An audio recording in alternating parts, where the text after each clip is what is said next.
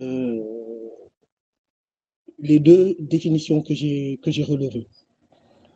On nous dit que c'est un attrait ou une impulsion irrésistible vers quelque chose qui est souvent interdit au contraire à la morale. Qu'elle soit psychologique, spirituelle ou culturelle, elle est universelle et met à l'épreuve notre volonté. Autre part, on nous dit la tentation est la mise à l'épreuve de la faculté qu'une personne a de choisir le bien plutôt que le mal. C'est une incitation au péché et à suivre Satan plutôt que Dieu. Une partie de l'expérience de la vie consiste à apprendre à résister à la tentation et à choisir le bien plutôt que le mal. Au regard de ces deux définitions, nous pouvons juste retenir que la tentation est un attrait vers quelque chose de défendu par une loi morale ou religieuse, une incitation au péché ou à la révolte contre les lois divines. Elle trouve son origine depuis les temps anciens, dans le Jardin d'Éden, où Adam et Ève ont été placés par Dieu et avaient pour instruction de manger à tous les fruits des arbres, sauf celui de l'arbre de la connaissance du bien et du mal. Relisons Genèse 3 au verset 1-6. Or le serpent était la plus astucieuse de toutes les bêtes des champs que le Seigneur Dieu avait faites. Il dit à la femme, vraiment, Dieu vous a dit, vous ne mangerez pas de tous les arbres du jardin? La femme répondit au serpent, nous pouvons manger du fruit des arbres du jardin, mais du fruit de l'arbre qui est au milieu du jardin, Dieu a dit, vous n'en mangerez pas et vous n'y toucherez pas, afin de ne pas mourir. Le serpent dit à la femme, non, vous ne mourrez pas, mais Dieu sait que le jour où vous en mangerez, vos yeux s'ouvriront et vous serez comme des dieux, possédant la connaissance de ce qui est bon ou mauvais. La femme vit que l'arbre était bon à manger, séduisant à regarder, précieux pour agir avec clairvoyance. Elle en prit un fruit dont elle mangea et en donna aussi à son mari qui était avec elle, et il en mangea. Dès lors, cher bien-aimé, le péché est consommé, et il s'en est suivi l'expulsion du jardin d'Éden et la chute du genre humain. De même que pour leurs fils Caïn et Abel, la tentation a pris le dessus sur Caïn et a conduit à l'irréparable. En présentant leur offrande à Dieu, Dieu a détourné son regard de Caïn et de son offrande, ce qui a fortement frustré Caïn au point d'avoir le visage abattu. Dieu le met face à la vérité de son cœur et le met en garde. Il lui demande, pourquoi tires-tu et pourquoi ton visage est-il abattu? Si tu agis bien, ne le relèveras-tu pas? Si tu n'agis pas bien, le péché, tapis à ta porte, te désire, mais toi, domine-le. Comprenons par là que la tentation ne vient de nul autre que du tentateur qui est Satan. Dans sa nature insidieuse, il injecte son venin, créant chez l'homme un antagonisme certain, un combat intérieur très rude, où le mal cherche par tous les moyens à prendre le dessus sur le bien. Le but est de pousser l'homme à se rebeller contre Dieu et à désobéir à ses commandements. Il cherche à nous distraire et à nous faire prétendre à une liberté illusoire qui, au contraire, est de pousser l'homme à entrer délibérément dans une prison dorée. Le mode opératoire du tentateur n'a pas changé jusqu'à nos jours. Il vise toujours nos différentes convoitises, nos désirs charnels, nos vices, notre orgueil, nos suffisances, notre désir de pouvoir et de gloire. Chers bien-aimés, nous devons toutefois comprendre que la tentation ne vient pas de Dieu, mais il la permet car elle constitue une épreuve de la foi. Les versets dans Jacques 1, 12, 15 et 1 Pierre 1, 6, 7 nous l'expliquent très bien. Heureux l'homme qui endure l'épreuve, parce qu'une fois testé, il recevra la couronne de la vie, promise à ceux qui l'aiment. Que nul, quand il est tenté, ne dise ma tentation vient de Dieu, car Dieu ne peut être tenté de faire le mal et ne tente personne. Chacun est tenté par sa propre convoitise, qui l'entraîne et le séduit. Une fois fécondé, la convoitise enfante le péché, et le péché, arrivé à maturité, engendre la mort. Pierre nous dira dans son épître, aussi, tressaillez-vous d'allégresse, même s'il faut que pour un peu de temps, vous soyez affligés par diverses épreuves, afin que la valeur éprouvée de votre foi, beaucoup plus précieuse que l'or périssable, qui pourtant est éprouvé par le feu, obtienne louange, gloire et honneur lors de la révélation de Jésus-Christ. Nous devons retenir que la tentation en elle-même n'est pas le péché, mais une invitation de notre chair, de nos yeux ou du monde à se rebeller contre les lois morales ou spirituelles préétablies. Mais ce que nous ferons et les choix consentis suite à la tentation détermineront la position de l'homme à avoir succombé ou sombré dans le péché ou à assurer sa victoire par l'obéissance à la parole et par la maîtrise de soi. Nous serons mieux préparés à résister à la tentation dans nos vies quand nous comprendrons les différentes sources de tentation et leurs manifestations. Et pour ce faire, nous allons nous baser sur le récit de la tentation de Jésus au désert. C'est dans Matthieu 4 au verset 1, 11. Je ne vais pas lire, mais je vais l'expliquer. C'est l'un des épisodes majeurs rapportés dans les évangiles de Matthieu et de Luc. On nous dit qu'après son baptême, Jésus fut envoyé par l'Esprit au désert, où il va jeûner 40 jours et 40 nuits. À la fin de son séjour dans le désert, et avec cette vulnérabilité de la faim, Satan va le mettre à l'épreuve jusqu'à 3 fois. La première sera de transformer les pierres en pain. Mais Jésus va répondre à Satan, l'homme ne vivra pas seulement de pain, mais de toute parole qui sort de la bouche de Dieu. Ce passage relate le besoin de Jésus de s'alimenter, rien de plus naturel et de vital. Mais quand nous creusons un peu, nous constatons qu'il expose plutôt les besoins de la chair, ou plus précisément ses convoitises. Chers bien-aimés, sachons que la chair est en parfaite opposition avec l'esprit. C'est pourquoi Jésus, lui, a opposé cette réponse bien envoyée. Quand l'on se base sur la parole dans Galates 5, nous comprenons mieux cette dualité entre la chair et l'esprit. Prenons Galates 5 au verset 13, qui nous dit, vous, frères, c'est à la liberté que vous avez été appelés. Seulement, que cette liberté ne donne aucune prise à la chair, mais par l'amour, mettez-vous au service les uns des autres. Allons un peu plus loin au verset 16. Écoutez-moi, marchez sous l'impulsion de l'esprit et vous n'accomplirez plus ce que la chair désire, car la chair, en ses désirs, s'oppose à l'esprit et l'esprit à la chair. Entre eux, c'est l'antagonisme. Aussi, ne faites-vous pas ce que vous voulez, mais si vous êtes conduit par l'esprit, vous n'êtes plus soumis à la loi.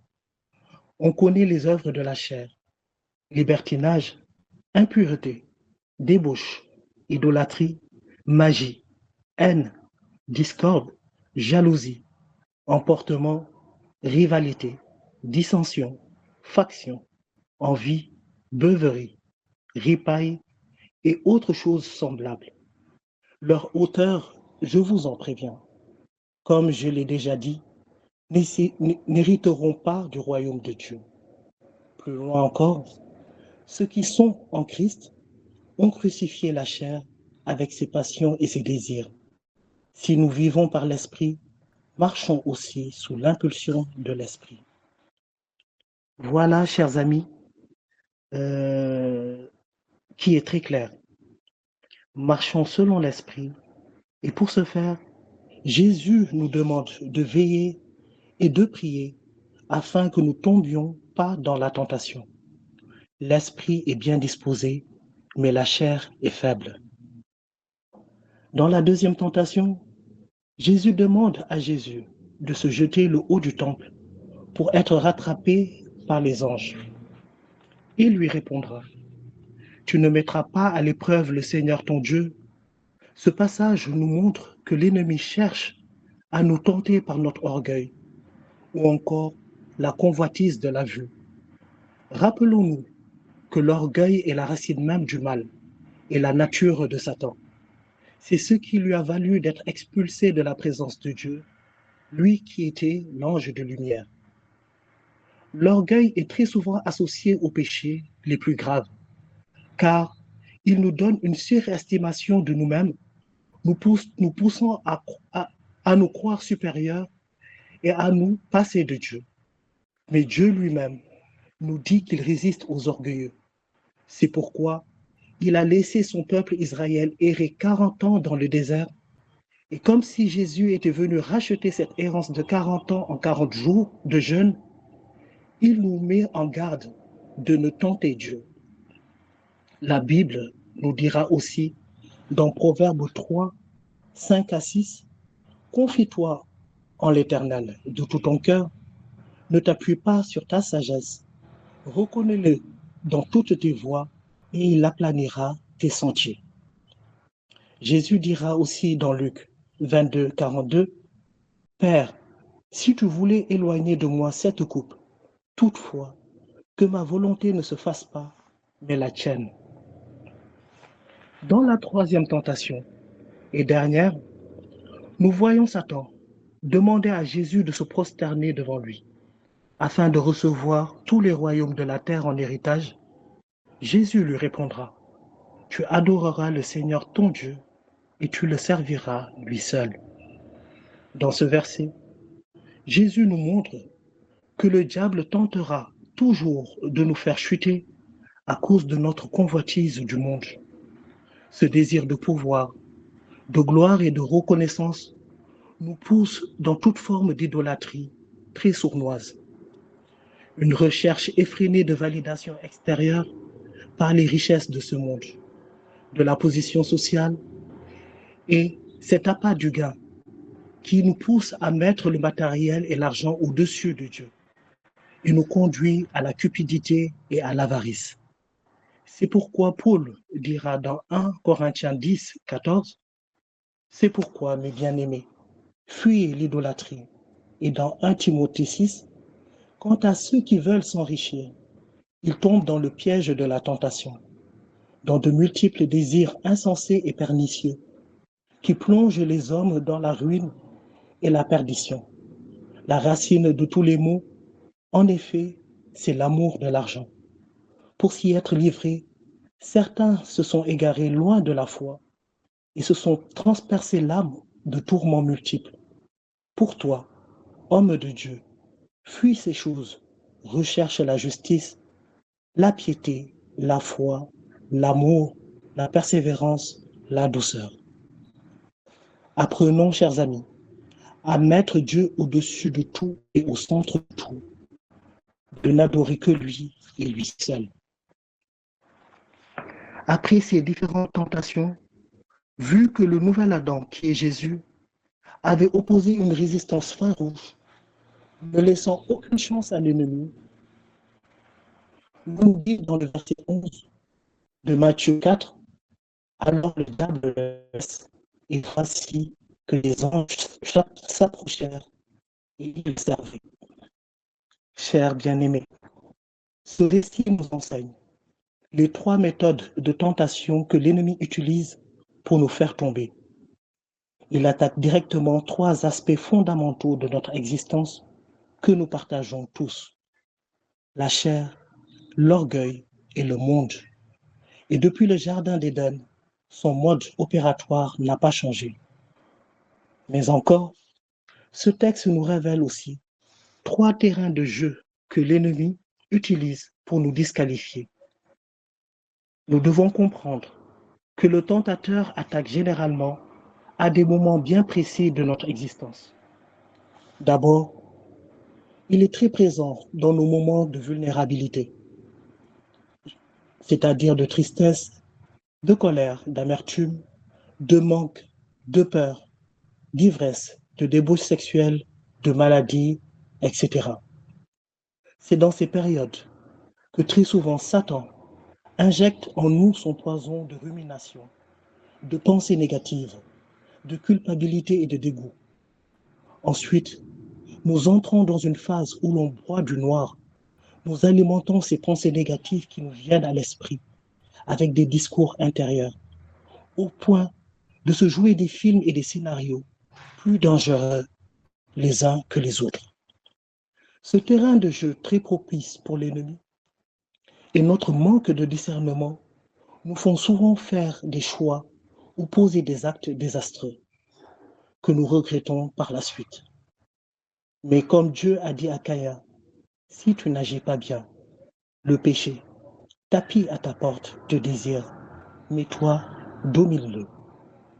Et à Jésus d'ajouter, je vous laisse la paix, je vous donne ma paix. Pas comme le suggère le monde. Jésus nous offre un cadeau. Il nous jette une bouée de sauvetage qui est une paix intérieure inaltérable, une tranquillité d'esprit et un repos du cœur qui persiste malgré nos épreuves, nos difficultés et nos incertitudes. Recevons cette paix au nom de Jésus-Christ. Ensuite, nous avons cette phase, tout comme Jésus, où nous recherchons la présence de Dieu. Dans ces moments d'intimité avec notre Seigneur, nous remarquons bien souvent que l'ennemi cherche à nous distraire par un environnement bruyant ou hostile à la prière et à la méditation. Nous nous surprenons même à avoir des pensées mauvaises, voire obscènes. Dans certains cas les plus extrêmes, avec certaines personnes, ils peuvent même recevoir la visite de démons pour leur faire peur et les sortir de cette communion avec le Seigneur. Le but de Satan, dans ces périodes, est de nous sortir de notre connexion avec Dieu, surtout sachant que nous devenons de plus en plus redoutables pour le monde des ténèbres. Enfin, nous avons ces moments qui précèdent toujours de grandes bénédictions, ou à l'exemple encore de Jésus, le commencement d'un grand ministère public. Car c'est après cet épisode dans le désert que Jésus va se choisir ses disciples et entamer son ministère. Ce sont des périodes de grands combats spirituels où l'ennemi, voleur de sa profession, cherchera par tous les moyens à nous dérober nos bénédictions et à nous sortir de notre destinée. Pendant ces moments, nous recevons des attaques et des tentations de tout genre. C'est pourquoi, durant ces phases, la patience et la persévérance nous sont salutaires.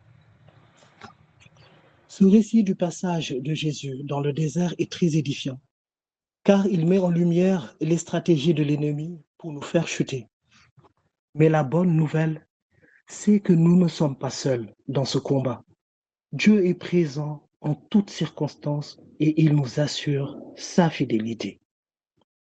Chers bien-aimés, quand la tempête se déchaîne dans nos vies, quand les épreuves nous semblent insurmontables, il nous arrive souvent de douter de la présence de Dieu. Nous nous demandons des fois comment il peut observer et voir tant de douleurs et ne pas agir. C'est justement parce que nous sommes précieux pour lui. Oui, chers amis, c'est oui, chers amis, ça peut être difficile à comprendre, mais nous sommes plus précieux à ses yeux que l'or, cette pierre si chère et tant convoitée, qui doit passer au creuset pour révéler son éclat. et sa beauté et apporter admiration et convoitise. Notre foi, plus chère que cette pierre précieuse, passera aussi par le feu pour recevoir louange, gloire et honneur lorsque Jésus-Christ apparaîtra. Dieu est fidèle. Nous, il nous fait la promesse que bien qu'il permette la tentation pour éprouver notre foi et la faire grandir, il nous assure qu'il contrôle nos épreuves et en mesure leur intensité selon ce que chacun peut porter ou supporter. Il nous dit qu'il ne permettra pas que nous soyons éprouvés au-delà de nos forces. Donc, toute tentation, aussi rude soit-elle, Dieu nous donne la capacité non seulement de nous en sortir, mais aussi la force de la supporter. Oui, cher bien-aimé, Dieu nous a équipés pour résister dans les mauvais jours et tenir ferme après avoir tout surmonté. Il nous donne des armes spirituelles que nous allons voir dans Éphésiens 6, au verset 10-18. Au reste, fortifiez-vous dans le Seigneur et par sa force toute puissante, revêtez-vous de toutes les armes de Dieu afin de pouvoir tenir ferme contre les ruses du diable. Car nous n'avons pas à lutter contre la chair et le sang, mais contre les dominations, contre les autorités, contre les princes de ce monde de ténèbres, contre les esprits méchants dans les lieux célestes. C'est pourquoi prenez toutes les armes de Dieu afin de pouvoir résister dans le mauvais jour et de tenir ferme après avoir tout surmonté. Tenez donc ferme. Ayez à vos reins la vérité pour ceinture. Revêtez la cuirasse de la justice.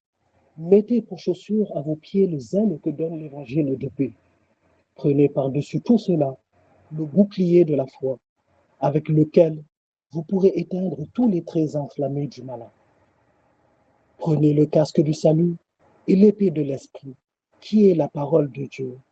Faites en tout temps, par l'esprit, toutes sortes de prières et de supplications. Veillez à cela avec une entière persévérance et priez pour tous les saints. En plus de toutes ces armes spirituelles, nous avons le nom de Jésus, qui est au-dessus de tout nom. Et son sang précieux qui nous a rachetés, c'est pourquoi nous marchons dans la victoire. Contrairement à ce que certains pensent et aux mensonges du diable qui nous suggèrent toujours de capituler, Dieu n'abandonne jamais ses enfants. Il est le Saint d'Israël, celui qui ne sommeille ni ne dort. Comme un Père aimant, il nous garde et nous protège. Il nous éduque et nous enseigne et nous éprouve au besoin pour grandir dans la foi et pour mieux le connaître. Donc, chers amis, acceptons volontiers nos épreuves avec persévérance, car ça ne dure qu'un temps. Rendons grâce à Dieu en toutes circonstances, car toute chose concourt au bien de ceux qui aiment Dieu, de ceux qui sont appelés selon son dessein. C'est pour nous donc un privilège de lui appartenir. Et Dieu nous dira, comme il a parlé à Paul, ma grâce te suffit, car ma puissance s'accomplit dans la faiblesse. Merci Seigneur pour cette assurance que tu nous donnes. Merci pour ta fidélité dans tes promesses. Merci pour ta grâce. Cher bien-aimé, depuis que je préparais ce temps cet après-midi, l'Esprit me met à cœur, je ne l'ai pas souligné dans mes notes, mais l'Esprit me met à cœur de parler de nos pensées, d'être vigilant par rapport aux pensées que nous nourrissons. Ces pensées viennent par milliers, elles vont et viennent. Elles proviennent de notre passé, d'un vécu, d'une émotion ou autre. Mais il faut vraiment que nous nous appuyions sur la base de la parole et sur l'Esprit de Dieu, pour qu'il mette en nous le discernement de pouvoir les filtrer. Quand j'appelle filtrer, c'est que nous recevons des pensées positives comme négatives. Ces pensées positives que nous recevons, nous pouvons les nourrir, nous pouvons les alimenter, méditer là-dessus, même les proclamer pour leur réalisation. Parce que la parole crée, nous dit, la Bible. Mais pour les pensées négatives, inutile d'entrer dans un dialogue, de nous appesantir là-dessus. Essayons de nous positionner avec beaucoup plus de recul, de voir cette pensée et de la laisser s'en aller.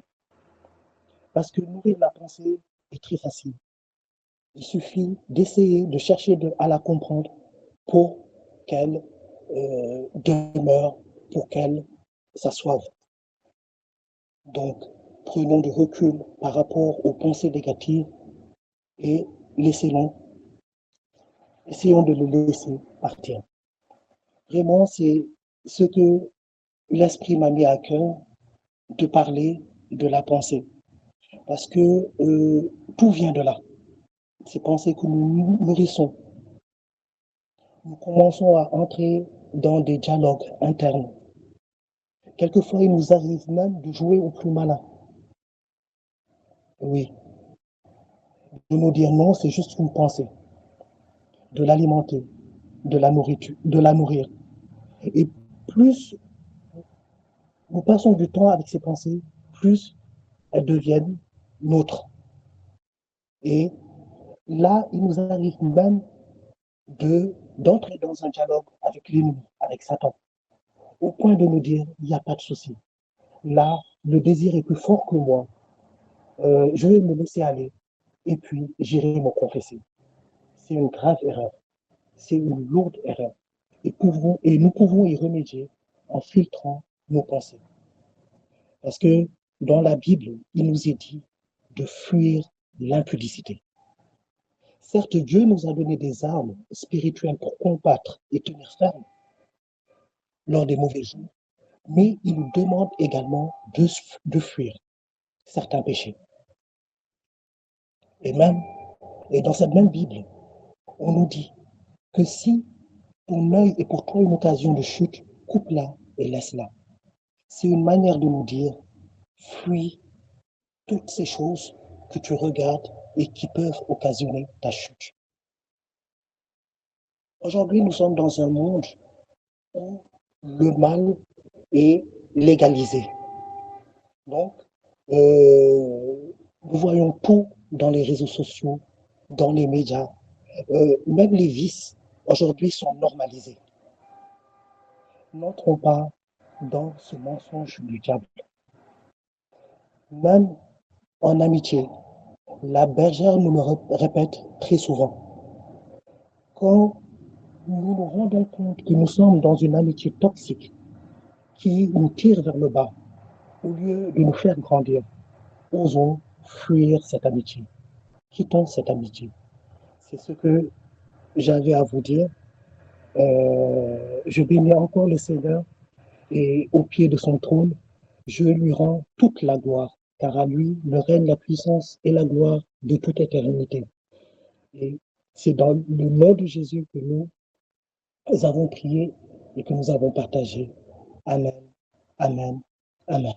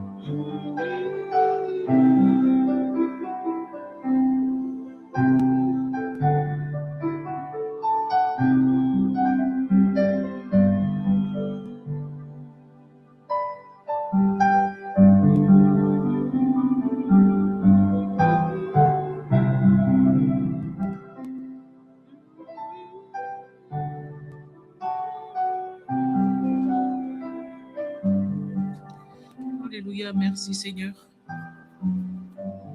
Merci Seigneur, toi qui connais le cœur de l'homme, toi qui connais nos faiblesses, toi qui connais nos limites. Et toi qui sais nous parler, toi qui sais toucher nos vies là où aucune main, aucune parole d'homme ne peut parvenir. Je veux te dire merci. Merci Seigneur pour la profondeur de ta parole, de ton message. Merci pour ta fidélité. Je te prie de bénir le ministère de ton serviteur. Je te prie de continuer à bénir sa relation avec toi et de la faire grandir davantage, afin qu'il soit l'enseignant que tu choisis, Seigneur, pour une grande communauté, pour les générations à venir. Au nom de Jésus. Que cette bénédiction coule sur sa famille, sur sa maison,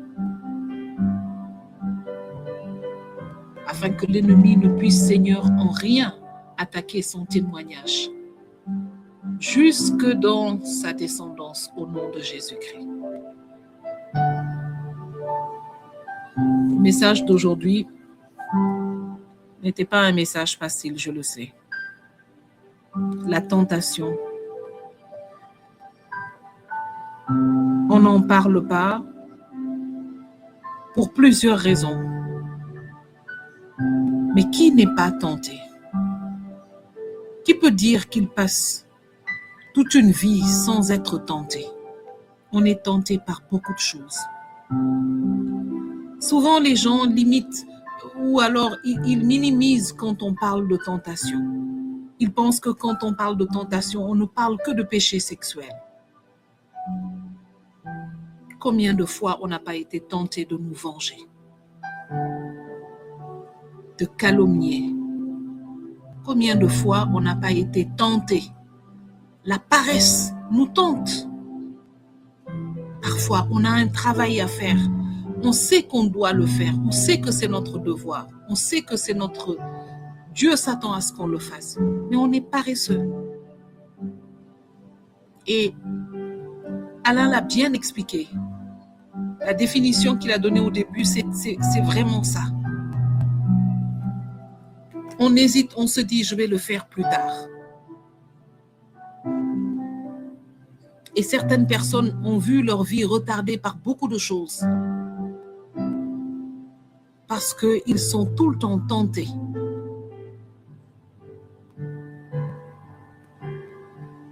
Combien de choses ne rentrent pas dans la tentation?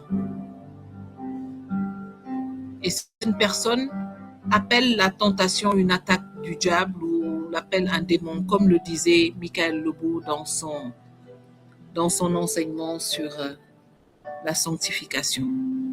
Parfois, ce n'est pas le diable. Ce n'est pas du moins un démon. C'est notre volonté. On n'arrive pas à résister aux propositions de l'ennemi. Et j'ai aimé comment David a présenté les 3 tentations de notre Seigneur. Déjà, la parole nous dit que si Jésus est passé par là, qui sommes-nous pour ne pas passer par là? Alors, nous devons nous préparer. Comme l'a dit Alain, il nous a déjà donné la ressource. Il a déjà mis en nous cette force. Il faut juste qu'on aille la chercher. Et ça commence par ça. C'est vraiment le point qui m'a...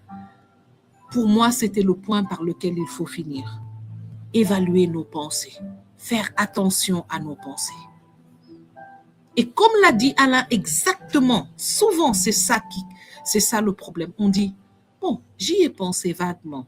Tout commence par la pensée. Ensuite, la pensée devient insistante. Et elle va se traduire en paroles, en actes. Et l'acte va se répéter.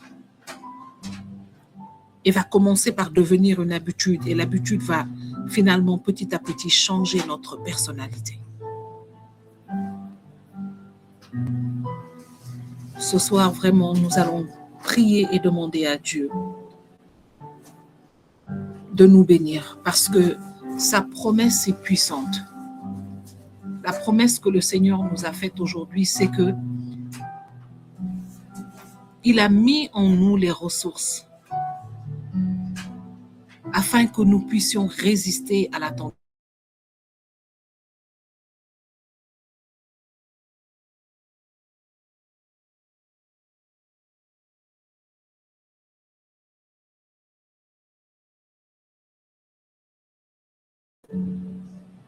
Le Seigneur a mis en nous les ressources pour que nous puissions résister à la tentation.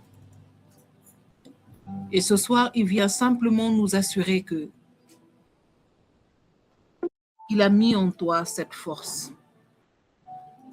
et tu as la possibilité de dominer sur la tentation. Alors, je voudrais que, avec moi, tu puisses vraiment t'appuyer sur cette promesse et que tu te dises, Dieu l'a dit, il peut le faire. Dieu l'a dit et il le fera. Si avec moi, tu es connecté ce soir, j'aimerais que tu puisses regarder toutes ces choses auxquelles tu es souvent tenté. Je vous assure, il y a des personnes à qui on a fait du mal et elles sont tentées à chaque instant. Elles ont l'opportunité de rendre le mal. Elles ont l'opportunité de rendre le mal. Et chaque jour, elles renoncent en disant, je laisse ma cause à Dieu et le diable s'acharne. Il va instiguer la personne qui fait du mal à faire encore plus, à être encore plus méchante, désagréable, mauvaise, pour que tu ne puisses pas respecter ta décision de pardonner, d'avancer. Et tu vas être tenté chaque jour de rendre le mal. Et je pense que David l'a dit à un moment donné. Parfois, on peut céder à cette tentation et on commence à rentrer dans la toxicité de l'autre parce qu'on n'arrive pas à résister à la tentation de la vengeance. Combien de personnes ne sont pas confrontées à ça? Et c'est une tentation aussi difficile que la tentation du péché sexuel. Tous les jours, on a l'opportunité de faire du mal à ceux qui nous font du mal. Et c'est très difficile de décider que je vais laisser ma cause à Dieu. Tu sais que ce que tu fais n'est pas normal. Mais tu vas me tenter, tu vas m'emmener dans mes extrêmes pour que je puisse tomber. Mais je laisse ma cause à Dieu. C'est bien beau de le dire dans une réunion de prière, mais ce n'est pas facile. Mais Dieu a dit qu'aucune tentation ne survient alors qu'elle n'a été humaine. Et regardez bien, la parole nous dit que Dieu est fidèle. Alors ce soir, je voudrais t'inviter avec moi à prier et de demander à Dieu que sa promesse s'accomplisse, que sa fidélité se manifeste comme un gardien de notre âme. Tu peux déjà être en train de prier et de demander à Dieu, Seigneur, Père, mon Dieu, que ta fidélité se manifeste comme un gardien de mon âme. Chaque fois que je serai tenté, Seigneur, d'arriver à un niveau où mes forces vont lâcher, Seigneur, agis. Et je décide de ne plus me stresser. Je décide de ne plus avoir peur. Parce qu'il y a des gens qui vont ils sont attachés par la peur. Parce qu'ils savent que la tentation, là, elle est forte. Seigneur, Seigneur, toi qui as dit que tu es fidèle, toi qui es fidèle, qui l'a manifesté, Seigneur, que ta fidélité soit comme un gardien, qu'elle nous accompagne, comme ton esprit accompagnait ton peuple d'Israël de jour et de nuit. Et ne permets pas que nous tombions, Seigneur, dans les pièges de l'ennemi. L'ennemi est là comme un lion rugissant attendant une proie à dévorer. Il a tenté notre Seigneur dans le désert. Et de la même façon, il fait pas à pas avec nous chaque jour. Il passe par tous les moyens. Comme l'a dit Alain, la chair, l'orgueil, le monde, il passe partout. Mais si Jésus-Christ a vaincu, alors avec Jésus-Christ, nous sommes plus que vainqueurs. Et je déclare qu'avec Jésus, nous sommes plus que vainqueurs. De là où tu es, tu peux commencer à le proclamer avec assurance. Le Seigneur l'a dit, le Seigneur le fait. Ce n'est même pas qu'il le fera, il l'a dit, il le fait. Tout ce par quoi je passe, toutes les tentations de l'ennemi maintenant sont supportables, elles sont d'ordre humain. Donc ça veut dire que Dieu a mis en moi la capacité d'y résister. Seigneur, j'ai foi en toi. Ne me laisse pas arriver là où mes forces ne peuvent plus résister. Parce que tu l'as promis, tu as dit que tu es fidèle et que tu ne nous laisseras pas arriver. Il y a peut-être certaines personnes qui pensent que non, elles ont déjà dépassé leurs limites, leurs capacités. Je vais te demander une chose. Alain a dit quelque chose d'extraordinaire. Je ne sais pas, Alain, si tu commences à devenir un peu mental health coach, mais c'est une technique qui est utilisée, particulièrement pour les personnes qui souffrent de dépression aiguë. Et même parfois, on peut l'utiliser avec certaines personnes qui sont dans des phases, dans des crises, vous voyez des phases comme les personnes qui souffrent de bipolarité. Un ou deux niveaux. Elles ont des épisodes, comme on le dit, ou bien on peut le dire en français, des crises. Et dans ces moments, elles sont obsédées par des pensées fortes. Et l'une des choses qu'on peut faire pour les aider, c'est de leur demander de laisser cette idée-là, de ne pas essayer de la creuser et de passer à quelque chose d'autre pour opérer un shift d'énergie, de focus pour faire rendre la crise plus supportable.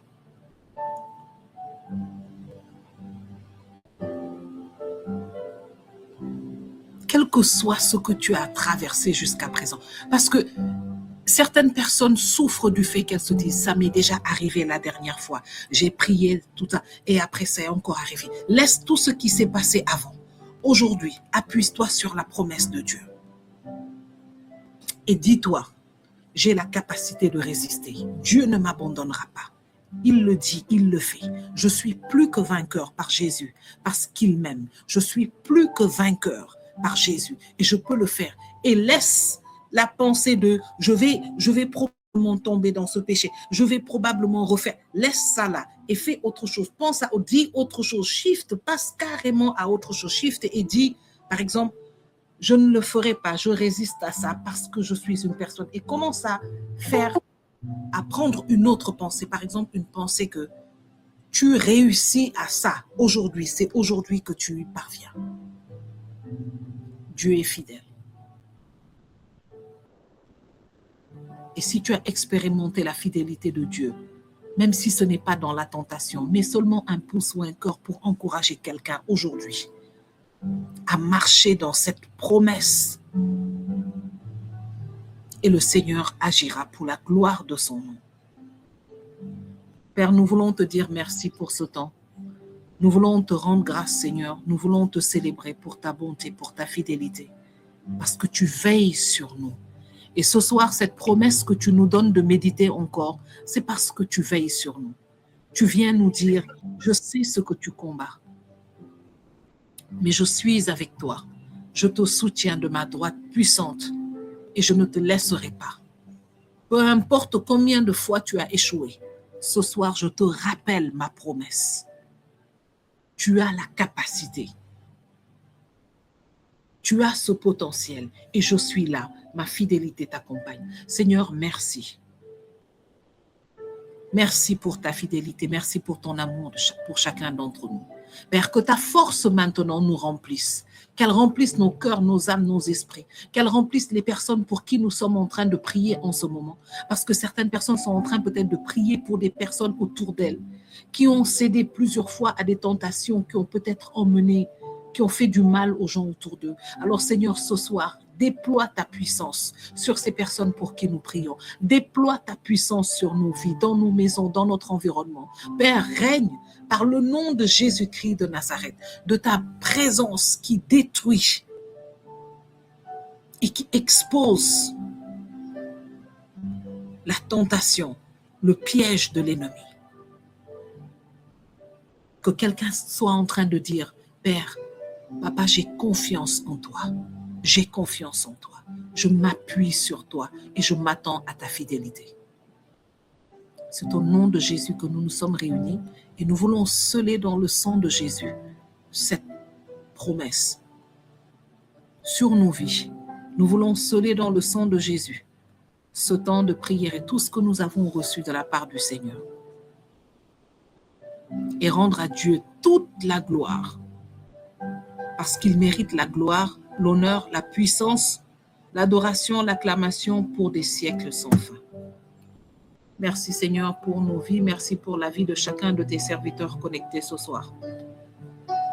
Seigneur, continue de bénir nos maisons, nos familles.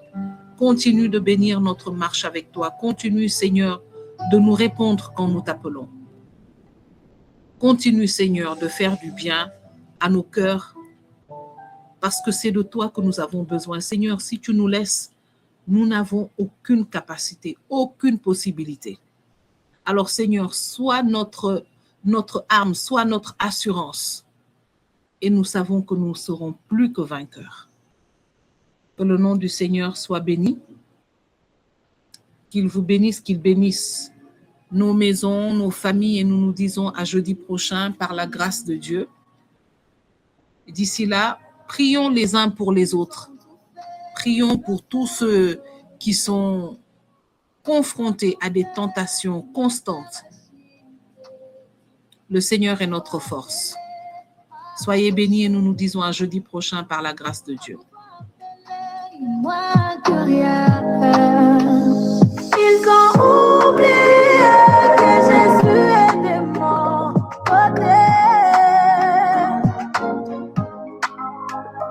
Ils ont oublié que Jésus est de mon côté. Il est le trouble qui trouble, le trouble qui me trouble. Il est le combat qui combat, celui qui me combat.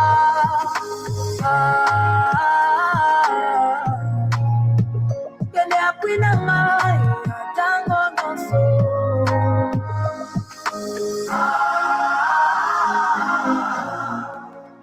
Que ne appui na mai, tango noso.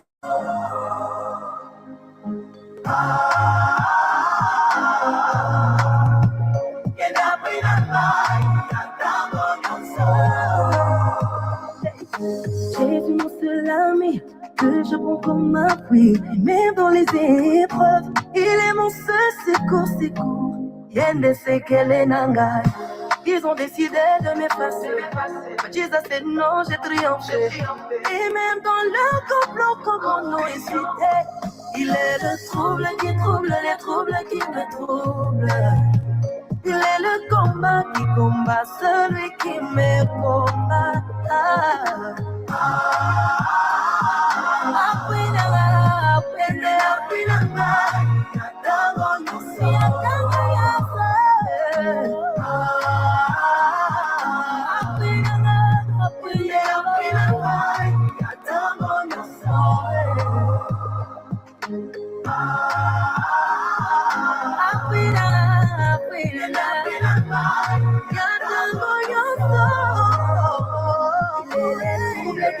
Le trouble qui me trouble.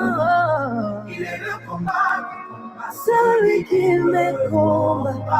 Oh yeah, yeah. Tu es la personne, des personnes qui n'ont personne.